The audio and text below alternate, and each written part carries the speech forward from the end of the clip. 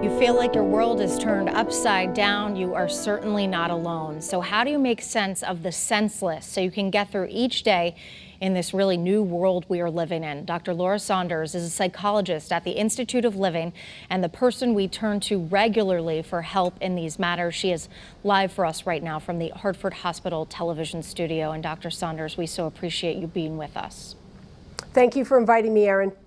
This really is a world filled with anxiety and fear right now. There is anxiety about when this will end. There is fear about contracting the virus. There is fear about family members getting the virus. And that really is that's just a small part of what's going on here. How do people cope right now? So you use the word fear a bunch of times, right?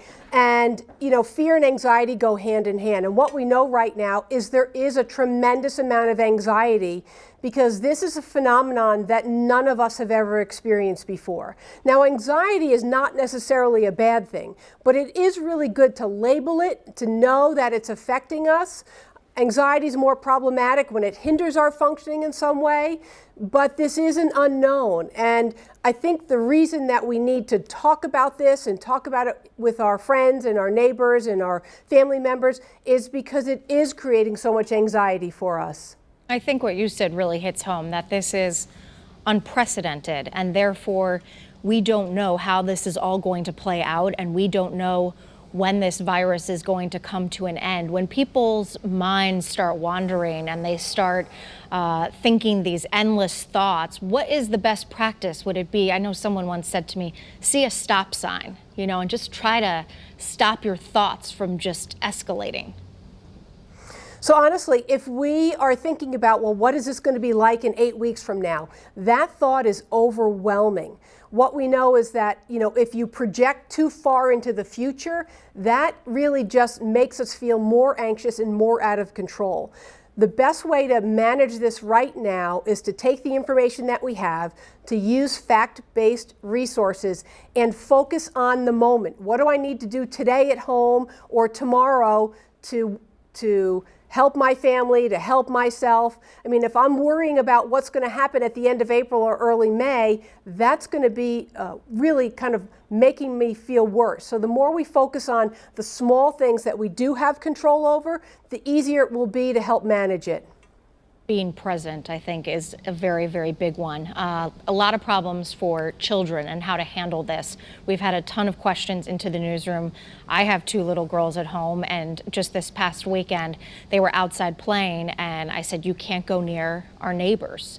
It's a really hard conversation to have, and how do you suggest going about it with such young children who do not understand that last weekend was fine, and now all of a sudden, they can't play with their friends? So, Erin, I always use a developmental approach in these situations. So for younger children, you're going to use simple language and to be as kind of concrete and plain as possible.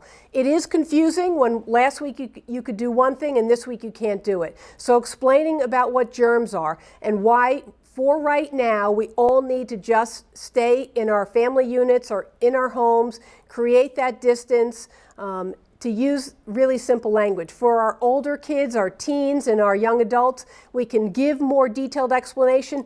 Honestly, I'm not always sure that they're listening better, but we can give more detailed information to our teens and our young adults. I think there's also an issue with not being able to see grandparents. We have been FaceTiming a lot, but my daughter said to me, why can't we go see Nana Pop? I want to give them a hug. And it's such a hard thing to explain. Even my mom said to me, are they going to think we're not visiting them for a reason? I just don't want them to think that. So it's almost twofold, how to explain it to kids, and then how do grandparents, relate to children that we still love you, we just can't see you right now. So we need to look at this as a moment in time. And as we move forward, and again, what happens this week, may be different than what happens next week, because this week is even different than last week. So we look at this as a moment in time. For right now, you can't see your grandparents or your favorite neighbor next door. We have to keep some distance from each other to keep each other safe. That you use simple fact-based language. The hope is that when we get to a future point, we'll be able to look back on this and it'll have some more meaning for us, but to keep things as simple as possible right now.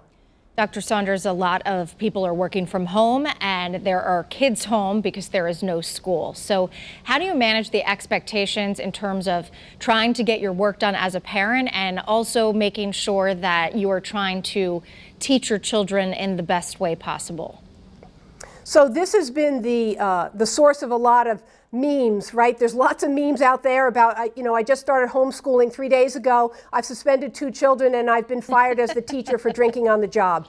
So, to try to use some humor in some of these situations, because it is difficult, and validating how difficult it is to be doing your own work and providing some routine and structure. We know children, and really all of us, thrive on routine and structure. So to have some kind of a plan for the day and try to follow it, it will not be as structured as school, but to try to have some structure. But I'm really hoping that we have deepened our appreciation for our teachers out there, our elementary, middle school, and high school teachers, our child care providers, because the work that they do is great.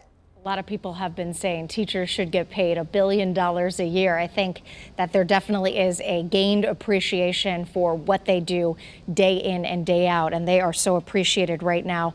For parents who are struggling at home, whether it's they're potentially with a spouse that maybe they don't have the best relationship, they are stressed at work, they're trying to deal with their children, how do they embrace this new norm, so to speak?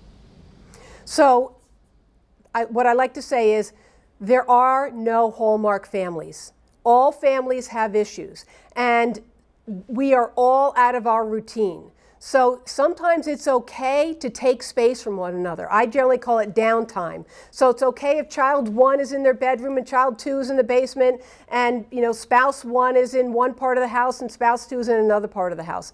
We're all off of our game. So to give each other space can be really helpful in a time like this.